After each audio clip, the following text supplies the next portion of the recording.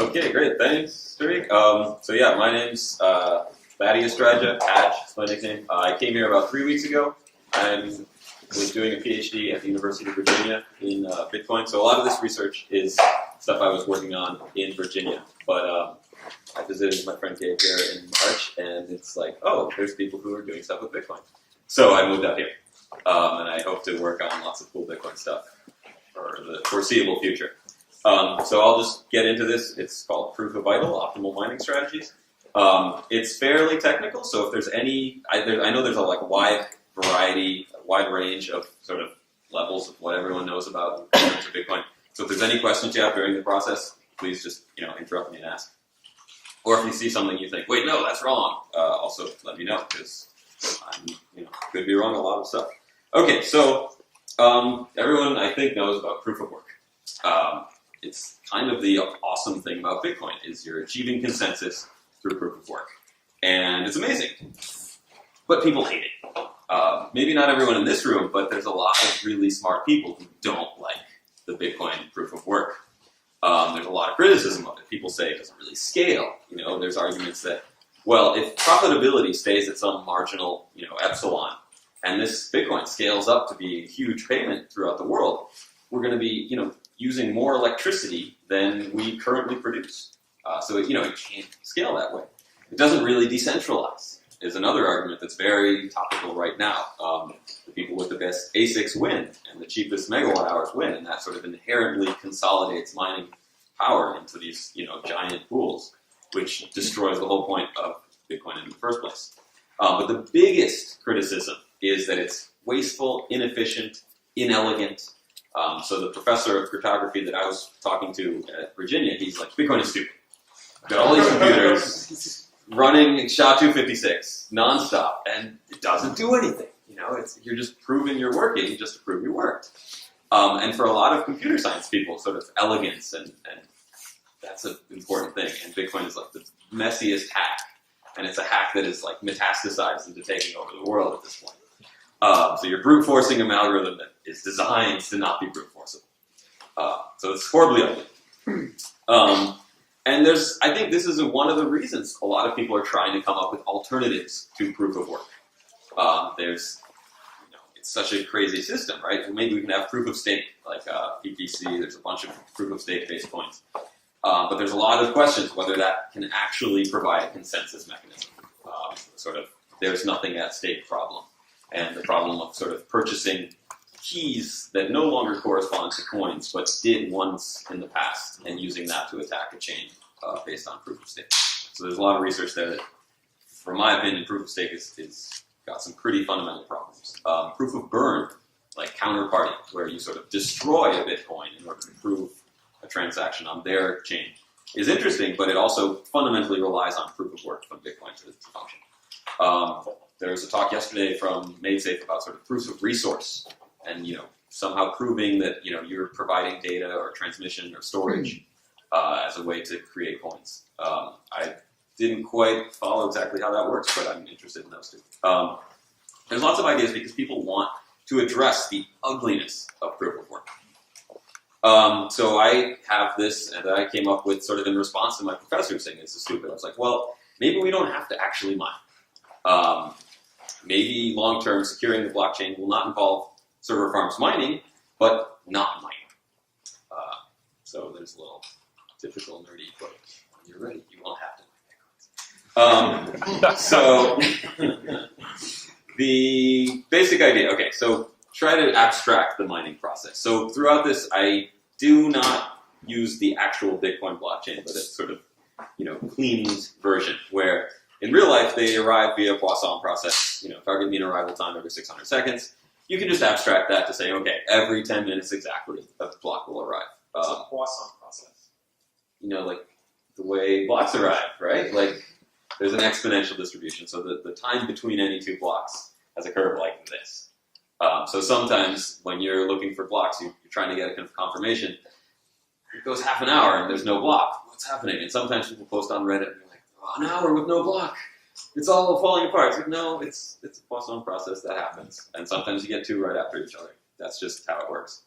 But in this analysis, I abstracted to saying that it's uniform arrival rate of 10 minutes each, just to make it easier, and the variance is not important for this analysis. I also, each epoch, I call it, between block difficulty retargetings, I just assume constant difficulty, that we're within one difficulty period for this. You can also abstract this to include non-integer block numbers. So if you were going to get less than one block in this period, I can sort of say, okay, you got 0.5 blocks. In reality, you can't. There's quantization there. But for long term, you don't have to worry about that. So other assumptions that this hinges on, and this is the big assumption that is not true right now. And the assumption is there is a constant quantity of SHA-256 operations purchasable with one Bitcoin block reward. So basically, you can price, you have a constant ratio of hashes per block that you find. That makes it really easy to analyze. But this assumption is essentially many assumptions stacked on top of each other. You're assuming the difficulty doesn't change. You're assuming the block reward is constant, which for 4 years at a time it will be. You're assuming the dollar price of a Bitcoin stays constant, which it does not at all. You're assuming that the dollar price of power, electrical power, stays constant, which it generally does. And you're assuming that, the technology to hash is essentially constant and that you can purchase the same amount of SHA-256 operations per dollar of electricity. Is that second one, is that another way of saying it, like every block takes the exact same number of hash operations? That you can buy, that if you receive a block, you can buy a constant number of hash operations. So a block is worth a certain number of hash operations.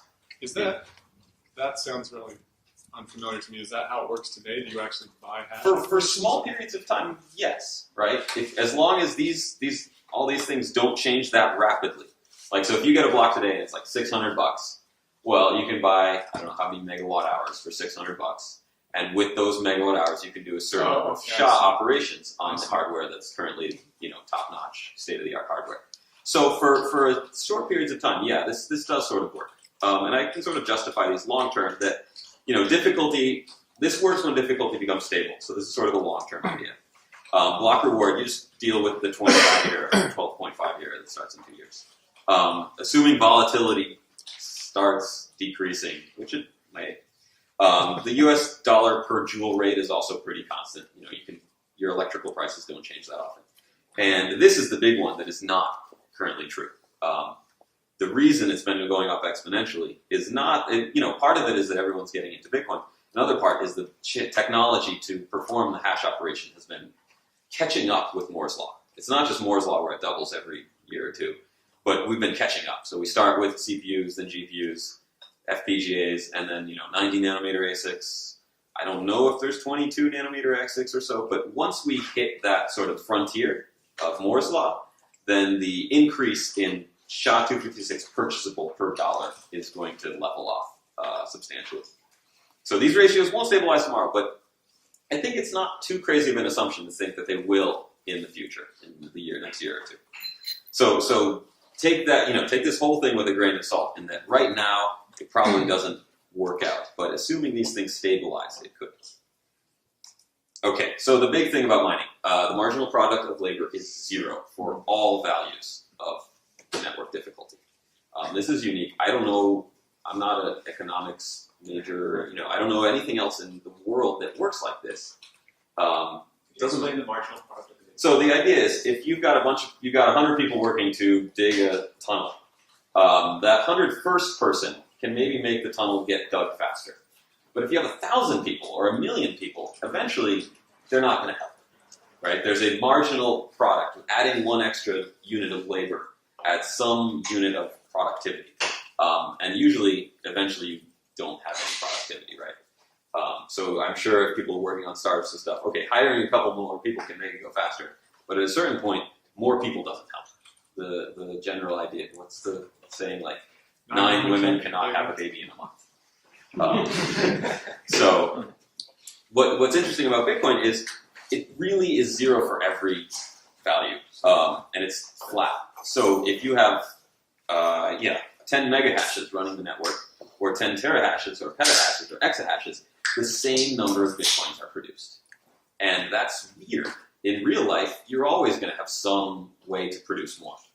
If you have oil, for example, yeah, it might be easy to get the first 1,000,000 barrels of oil and harder to get the next 1,000,000. But you're always, more work can get more oil. But in Bitcoin, more work does not get you more Bitcoins. It's a fixed number. So that's a really interesting observation about how Bitcoin's been structured. Given that the marginal product of labor is 0, what's an appropriate mining strategy to use? And we'll say n is the number of miners. So if n is 0, no one's running Bitcoin, the system collapses, Bitcoin doesn't function. If n is 1, and you're the only miner, don't mine, right? Because you mine such that you discover a block every 40 minutes, every 2 months, difficulty drops into 25%, and then you're the only one mining, so you just mine at some very small rate that keeps blocks coming, and you can issue a block whenever you feel like it and get all the Bitcoins. So it's very simple. If you're the only miner, don't mine. What about if n, n and 0 and 1 are easy. What about n equals 2? Okay, now it gets tricky. Who is this other miner? I really liked the n equals 1. That was a pretty sweet gig. I could just sit on my computer, turn it on occasionally, issue a block, get 25 Bitcoins. So maybe call up this other guy mining and be like, dude, could you mine Dogecoin or something? It was really sweet. I just was the only one mining. It was really nice. So, Satoshi was mining for a year. He was pretty much the only one. He got like 1,000,000 Bitcoins on his laptop, probably. I'm sure we all wish we could do that today. So why did you say if you're the only miner you don't mine? Because you mine at some margin. You drop to difficulty 1, and then you run like your laptop, and you issue blocks whenever you feel like it.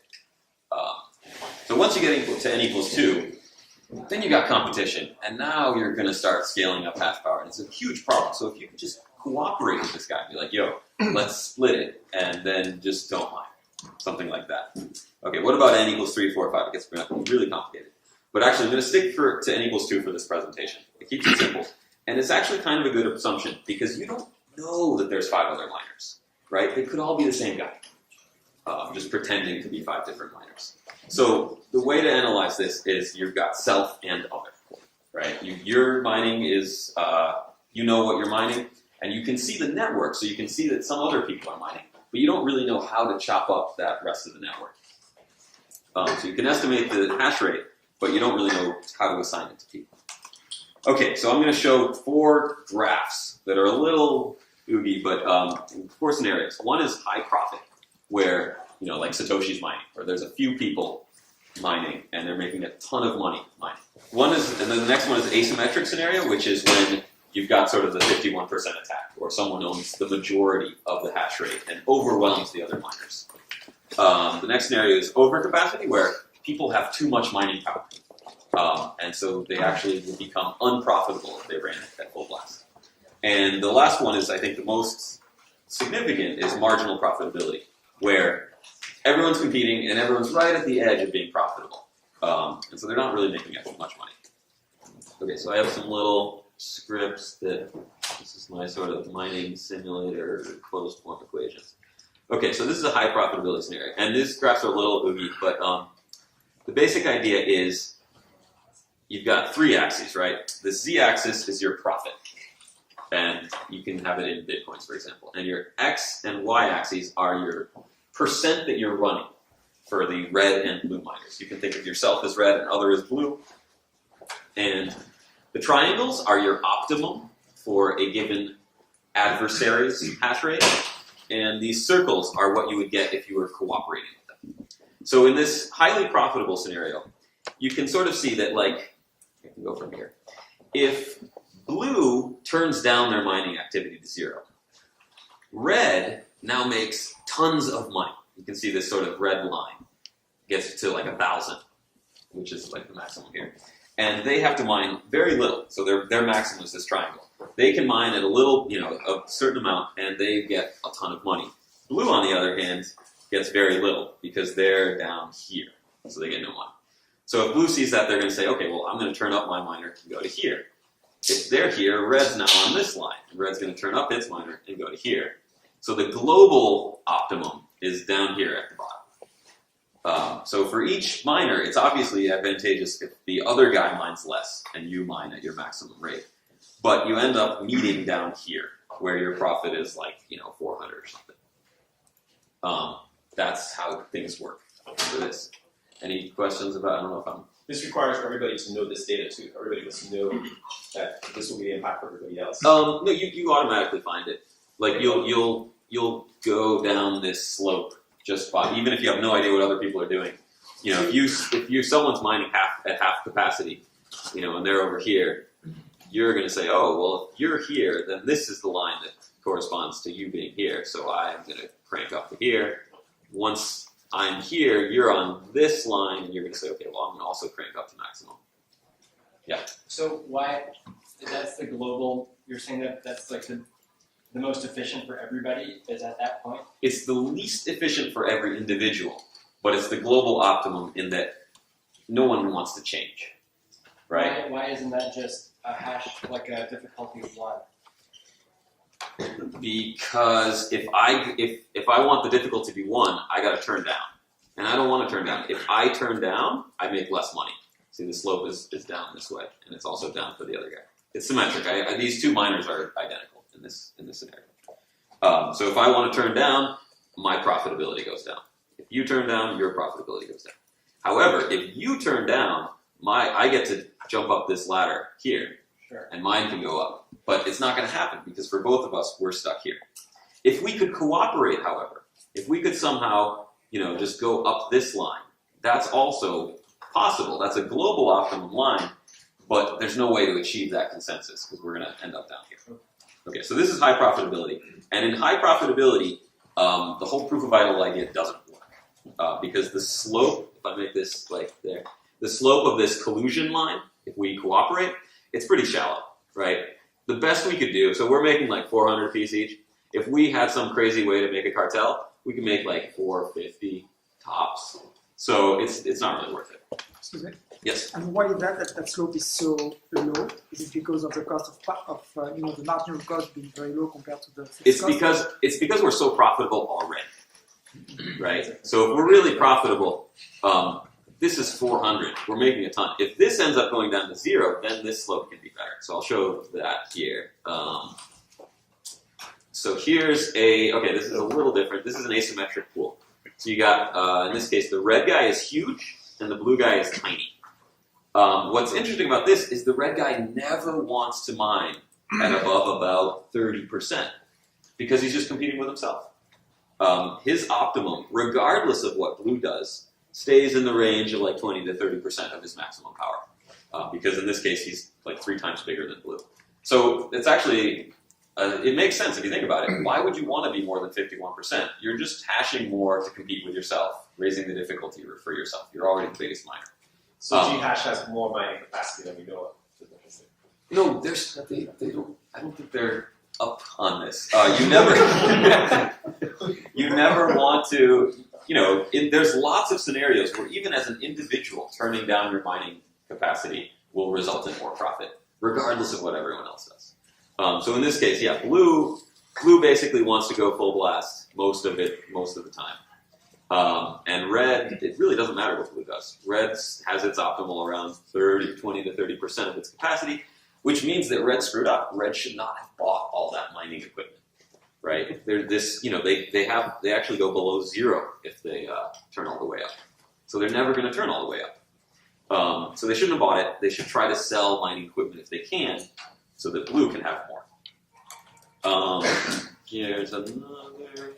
Okay, here's a overcapacity scenario. I guess this could happen if the price of Bitcoin collapses or something, where you've got, if everyone cranks up, you're losing hundreds of Bitcoins. You have enough power to create the difficulty where everyone will be losing money. You won't. You're going to meet where these triangles meet. You're going to meet here, and you're still going to have some profitability, about the same, 200. What's the power strong here? Red and blue? Are they equally strong? Yeah, in this case, in the asymmetric one, red was much bigger. In these other 3 that I'm showing, red and blue are the same. I actually made them like a tiny bit different so that the lines wouldn't go on top of each other for this, but they're basically the same. So the idea is, if everyone's mining at 100% capacity, you're way down here and both people are losing 400. But instead, you're going to both agree to run at about 20%. You're not going to agree, you're just going to naturally find that. Because if you'll see, man, I'm losing money here. Okay, I'm going to scale back. And if you scale back, the other person will actually probably scale back. So you both end up scaling back to this global optimum here, where the two local optimums sort of converge. This is also a case where if you could collude, you can see the slope of this circle-y thing is pretty high. So you're making maybe 200 now. If you could collude, you could get up to 400 and double your profits. But this is, I don't know if this will ever happen. I guess it could happen if Bitcoin's price tanks or something happens where you've got enormous amounts of capacity that are unprofitable to use. So don't buy this much mining power. And then the last one is, the last one is the most realistic. It's a marginal profitability scenario. This is where your hash power, your optimum is somewhere near the bottom. So you're running at, 95, 100% capacity. But you're not making that much. You're only making a couple hundred. And if the other guy could turn down, it would really help you a lot because you'd go up on this curve or up on this curve. And if you could collude, then it could really help a lot too. Because right now you're making maybe 200. You could collude all the way up to 500 or so. If each person turned down equal. So if I say, okay, I'm mining it, full blast, and let's go down to half. So we both go down to half here. We end up here. So that would be optimal, but there's no good way to achieve that, right? If I just politely ask GigaHash.io to turn down by 50% and promise that I will do the same, they're not going to. What's interesting about this is you never can have zero or even sort of marginal profitability with only two players because they sort of auto-collude. You collude. If you're 50%, you actually want your optimum doesn't curve down to zero. It doesn't have a negative slope unless there's a bunch of miners competing. Because once you get towards 50%, you can sort of self-turn down. You're already starting to compete with yourself. So it's actually inherently beneficial to have a centralized system because the more miners compete with each other, the more profitability can get down towards zero and have that be the global optimum. If you only have two players, you actually can't get a global optimum that low, which is kind of an interesting thing. So yeah, it actually gets more curved down towards zero the more players you put. But it also gets kind of hard to graph. But yeah, so this is actually the best case scenario where you're already sort of profitable because you've only got two miners. Other things about that? So I hope that this is convincing that collusion can be optimal. If you could both turn down by equal amounts, you can get on that sort of diagonal line. But collusion is often optimal, right? And it usually doesn't work. So cartels generally fail. OPEC basically pumps at however much they can. They say they're going to pump less, but they usually just pump as much as they can. So-called drug cartels, I don't think they're in the business of hoarding drugs and not selling them. Sort of sounds like they sort of sell as much as they can, as quickly as they can. So the problem is with collusion is cheating becomes very attractive when you're artificially limiting production. There's lots of trust required.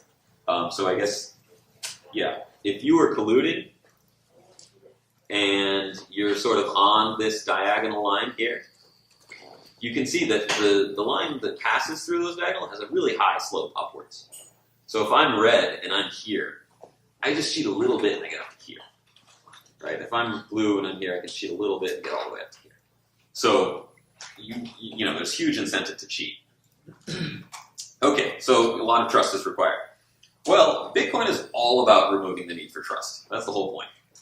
So what I'm going to show you is there's a trust-free collusion that's possible with using just nlock time and 2 of 2 pay-to-script hash multi-sig Can I transactions. just ask one thing? Yes. Just before we move on. So profitability is maybe one way to think about it, but let's say I think Bitcoin is going to be valuable in the future, and I want a lot of Bitcoins. Right. It's not necessarily about profit. I want 60% of I want 80% of the Bitcoins that are coming out, and they're not necessarily. You can't buy that many on the open exchange. So the only way to guarantee to get them is to mine them. Right, so this is assuming rational miners, which are very rare, I think, because most miners are, I think, unprofitable, right? It seems like a lot of miners. But I don't even know that it's a question of rationality, because if I want to get 80% of the Bitcoins that are buying out today, the only way that I can do that is to mine them, because they're not necessarily for sale. You Well, can't but just take the money that you would have spent on mining and buy them. I mean, you can do that for small amounts of Bitcoin, but not if you're talking about 50%. Probably. Historically, buying is usually paid off better than mining, but For small. right, for small. So if you, there are other reasons that I'm not dealing with here that you want to have a lot of hash power. You might also think, well, I'm into Bitcoin. I'm running a company that transacts in Bitcoin. I want to have a stake in this so that I can, keep transactions going. I want to prevent a 50% attack. There's lots of other reasons that I'm not even dealing with here. Sure. So, 0 these are. It's a fairly arbitrary. I'm saying, okay, I'm going to make up 2 miners of equal power with, a certain cost for electricity and a certain hash capacity, and this is what that situation would. This is what would come out of that situation. I think that this marginal profitability scenario is fairly likely to become more or less true in the future.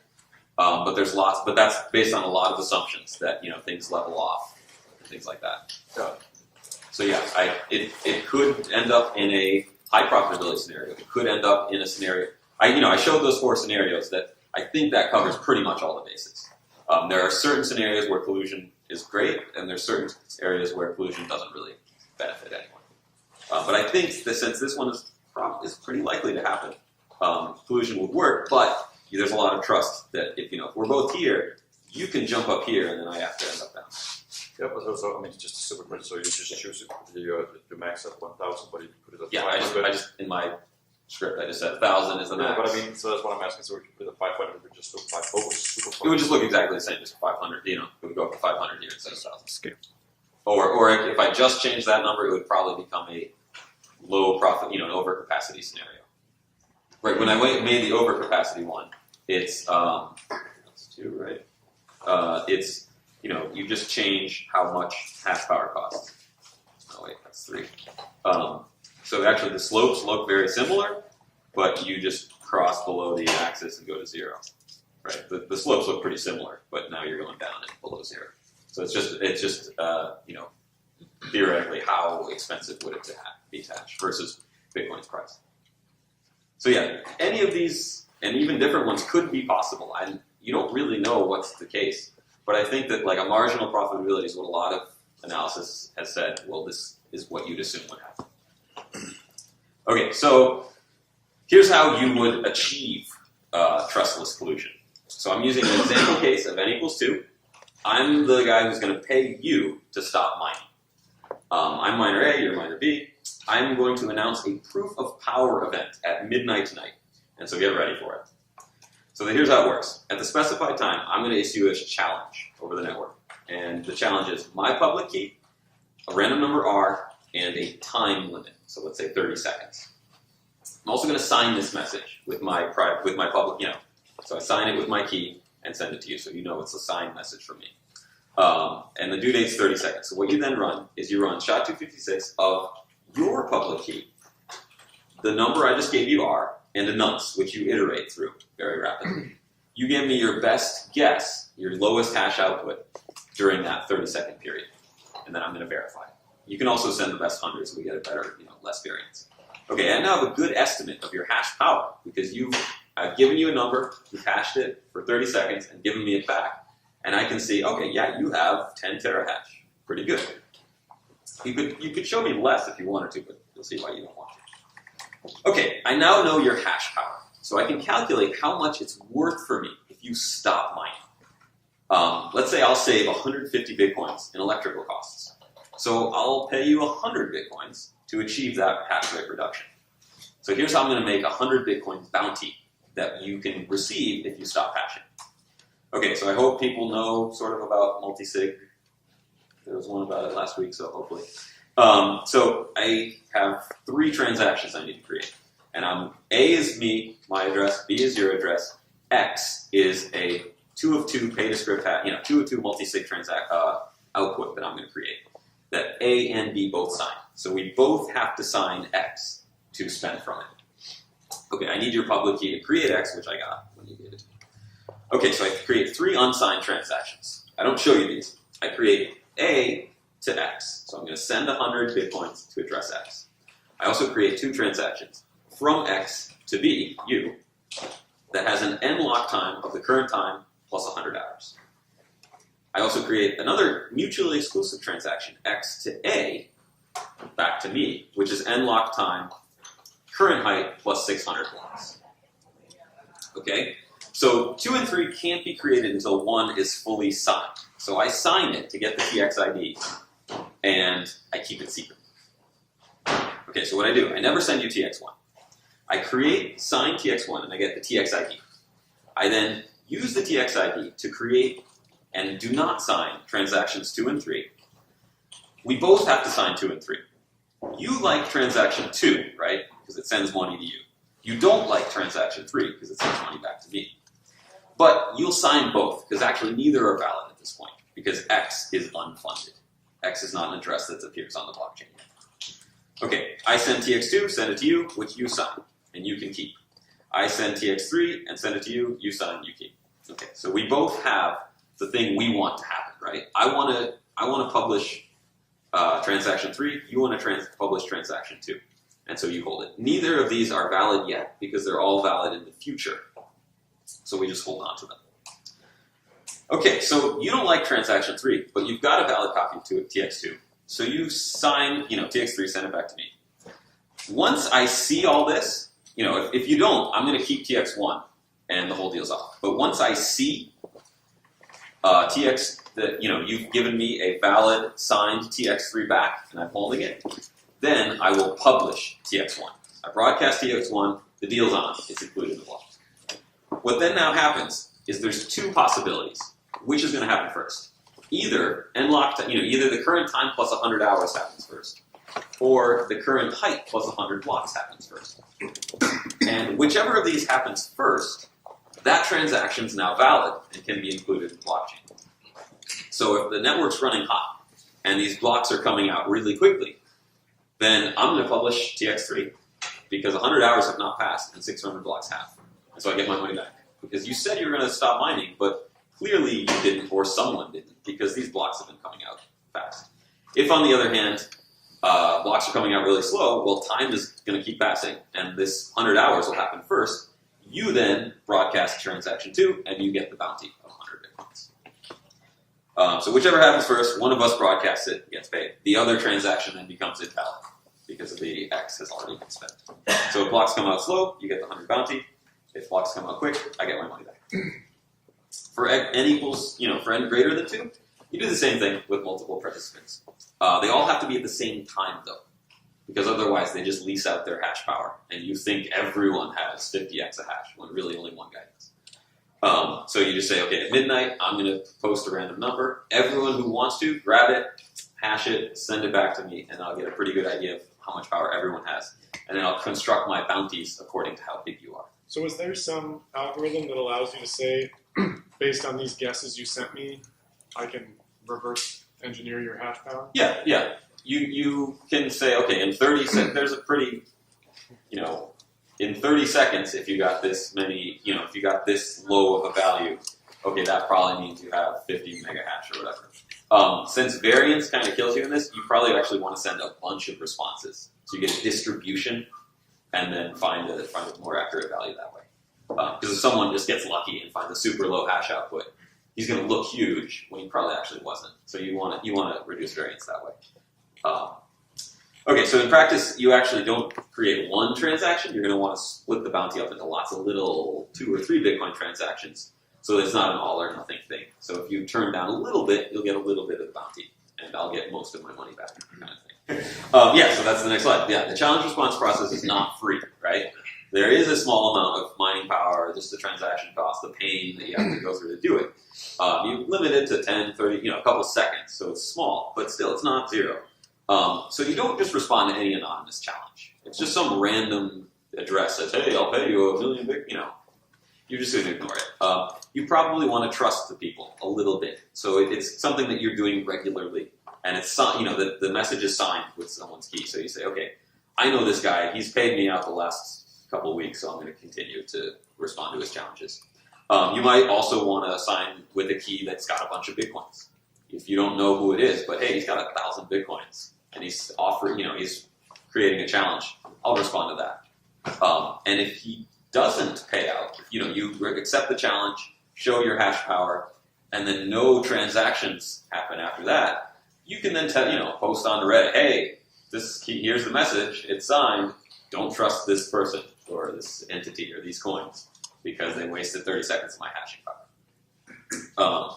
So yeah, the worst case is the attacker wastes a few seconds of your time. And you have signed proof that they did that, you can then broadcast it to anyone you want, no one's going to trust them again.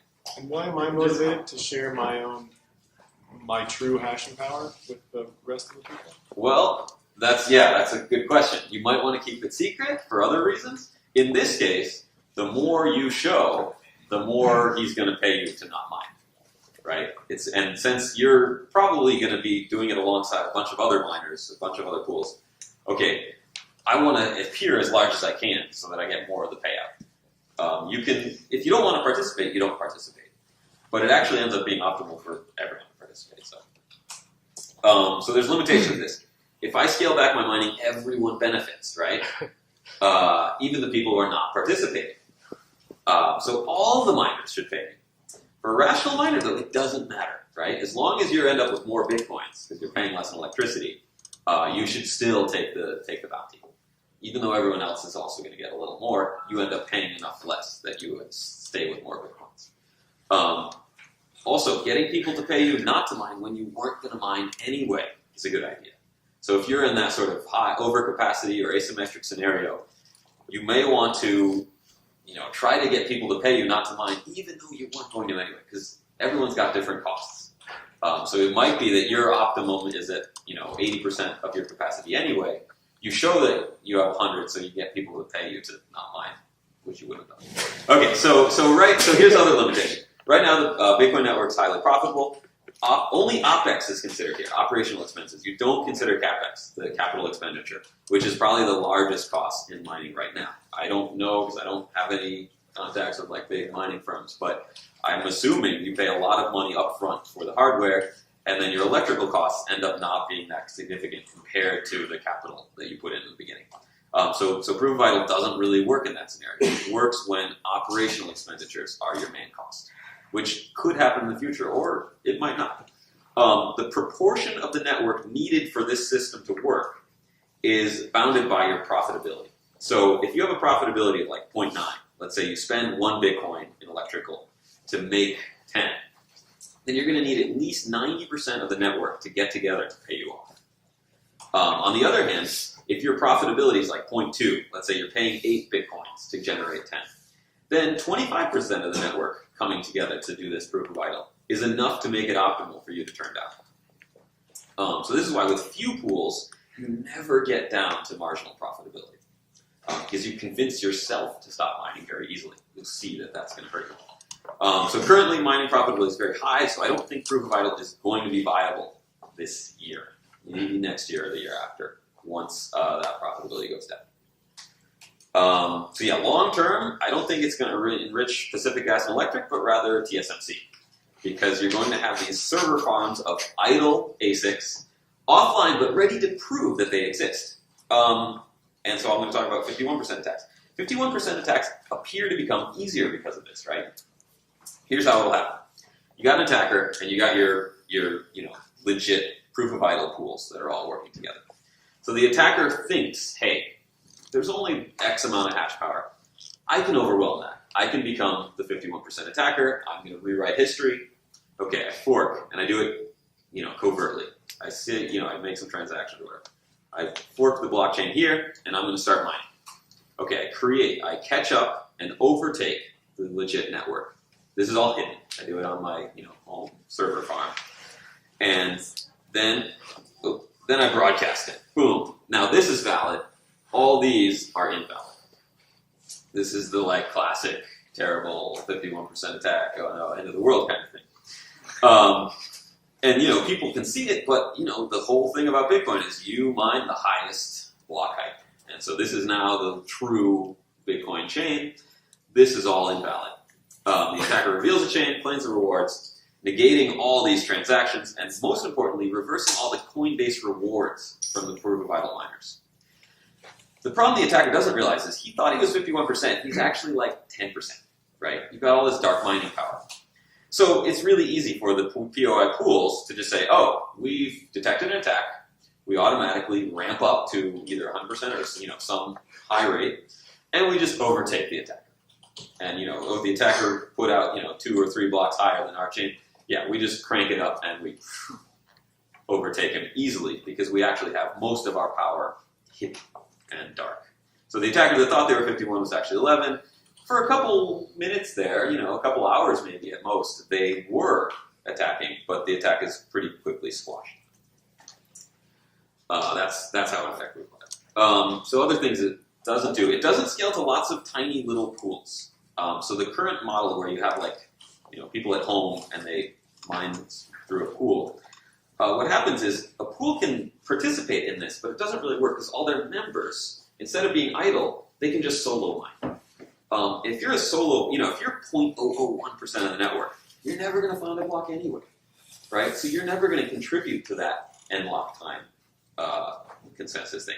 So what you do is you just solo mine. And if you actually do find a block, that totally overwhelms the reward that you're missing out on, right? You found 25 Bitcoins. That's awesome. So what you do is you say, okay, I'm going to prove I have a little hash power, maybe get a few bucks, and then I'm going to solo mine. So that's why this system doesn't work when it's super decentralized, because if I'm paying your bounty and you're tiny, I'm going to think, no, why am I paying you? You're just going to pretend not to mine. And if you do, it's undetectable. So it really only works when you have fairly large or long-term time spans. So end result, large miners will both send and receive bounties. Right? Everyone's going to be posting a bounty. Everyone's going to be on this receiving and sending end of these things. The system becomes unstable when you're really, really high idle. You're right in the corner there, because then cheating actually becomes globally profitable. It's sort of mutually assured destruction. If everyone turns up, then everyone's unprofitable, especially if you've got way more capacity than could be profitable. It'd be painful, but you could recover from this sort of mutually assured destruction if everyone cranked up. The system can stabilize with a large proportion of dark ASICs. Okay, so it took a lot of time. This is just a theory. I've probably neglected some things, lots of things. It's very theoretical. There's lots of other factors, but I think it's an interesting, long-term scenario that could play out. Questions, comments, reasons why this won't work? If you have experience with mining, I want to work on implementing this. I don't think any miners are going to want to use it just yet, but I think next year, the year after, it could become very profitable to sort of out in the open turn down mining power and collude. Right. I'm not even talking about difficulty here. It's just I'm idle, so I'm coming out at a slow rate, and you can overtake me and then release the blocks. But actually, my rate is much lower than it could be if I turn it all the way on. So it's a race, right? The whole idea of 51% attack is you can outrun everyone else combined. But if I turn all the way up, and you're no longer 51, you're 12% or something. So I just outrace you and undo this whole red chain and get my money back. I mean, not to mention potential damage to the value of the reward itself. I mean, it depends on all the assumptions. Like if you do an attack and people lose confidence in the system, then the coins themselves aren't as valuable as before. Yeah, but even with the coins, even if you assume constant coin value, if you try to attack, I lose all that mining reward, which is my main source of income, and so I want to get that back by overtaking you. Yeah. Not to be, but if you put more rewards in your new chain, they would have gotten you to effectively have all miners collude against the transactions. So wait, what are you saying? So if you put a reward in your alt chain, a reward to just as much as the mining reward, the item reward, they would have gotten. Then they don't have incentive to switch back to the right. So you effectively, all the miners would collude against the transactor to steal the transactor's money. Yeah, if you wanted to pay for that, if you said, okay, I'm going to pay you above and beyond what you would make by idling in this, and to turn off and allow this chain to happen, you could do that. That would be bad. But yeah, if you have enough Bitcoins in this system, you can pay everyone to. But that's sort of separate from the proof of idle in that you're saying, you're saying, okay, I'm paying you off to build upon this red chain instead of trying to overtake me again. Yeah. Given what you've seen here, and given last week with Ghash, what would you advise a Ghash.io or a Slush or other mining tool to do? Oh, well, Ghash, I don't see them as sort of antagonistic because if they actually want to do anything bad, you'd never know that they're 51%. They would just show up as much smaller. You know, you could easily. That's why it's sort of like, well, if they actually were trying to do something, you never know, right? You just point your hash power to whatever BTC Guild. You have a bunch of unknown. Well, you know, you never have to show that you're doing a 51% attack until afterwards. So I think Gigahash.io is just like they don't know what they're doing, and all of the people mining for them don't really know what they're doing, and that's why it dropped so quickly. It's because they're like, oh, that's a thing, that's a problem. Okay, I'll change it. Change my little batch file that does scripts, you know, whatever. TCP Gigahash.io, change it to Less threads. BTC Guild. Yeah, it doesn't. So I don't think that's particularly like a threat here. But, Well, you say you never want to show your hand on 51% attack, but by getting 51%, did they also drive the prices of Bitcoin lower temporarily? So that attack is also valuable from like a PR perspective. yeah. Yeah, I mean you could. So this is. I don't even think of like the ecosystem and price of Bitcoin in here. I'm just saying, assuming Bitcoin is constant price and assuming that you want the maximum amount, here's what your optimal are. But yeah, if you want to attack the system, this offers all new sorts of ways to attack it, which hopefully are not that bad. But it seems like inevitable because you know it's hard to imagine a world where everyone's just paying all the Bitcoins they receive to the electric company. You know, you're just converting the cash to pay your electric bills, which is probably what you end up with doing. But there's no, you know, it becomes so profitable to collude that, and it's so easy given these sort of signatures and the blockchain itself, that it seems inevitable that people are going to collude.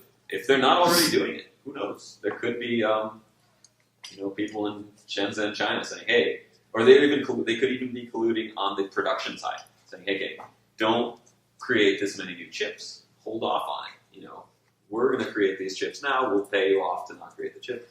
I wouldn't be that surprised if people in China are doing that now. But who knows? I would expect any large system, like, you know, if it's Litecoin or whatever, do the same thing. That said, if there's other SHA-256 based coins, this will destroy them. Yeah. Because now you have enormous, you know, already they're really in a tenuous position where a Bitcoin miner can sort of point their hash power to wipe them out. But this just exacerbates that problem where now you have enormous amounts of idle capacity that can look at an altcoin and just take over. Mm-hmm. But yeah, in the long term, this increases the profitability of miners enormously. Instead of all fighting each other for the little scraps of profitability, and everyone's going to be sort of marginally profitable. Now you're going to get a return on investment because you don't have to pay for all that electricity. The other thing is that then the limiting factor becomes capital expenditure, so everyone buys chips that they don't have to run the electricity for. Who knows? But yeah, I would say watch out for SHA-256 altcoins if you haven't already been watching out. I mean, you can also merge mine with this same system. So. But yeah, I would imagine if it's like Script or whatever kind of algorithm, you can still implement a similar thing. They're much less stable though, so it's not hard. So also, question on the price. So the reward you're posting is basically based on your cost of electricity. So this will probably move things to places in the world that is cheaper, right? So if you're paying 50 cents for electricity and I'm paying 1 cent, eventually it's just going to move over there. Yeah, that's already the case. That it's crazy to mine in like Japan where like, Yeah, but it's going to exacerbate it. That's my point. Maybe. I mean, it's already. Actually, I think it does the opposite of exacerbate. It means if you want to mine in a high electrical cost place, it's not quite as crazy with this system because your electrical costs are not as important. You're only going to be running for a minute a day or something, so you don't have to worry too much. But you're still going to want to locate where you've got really cheap power, but which is already, I think,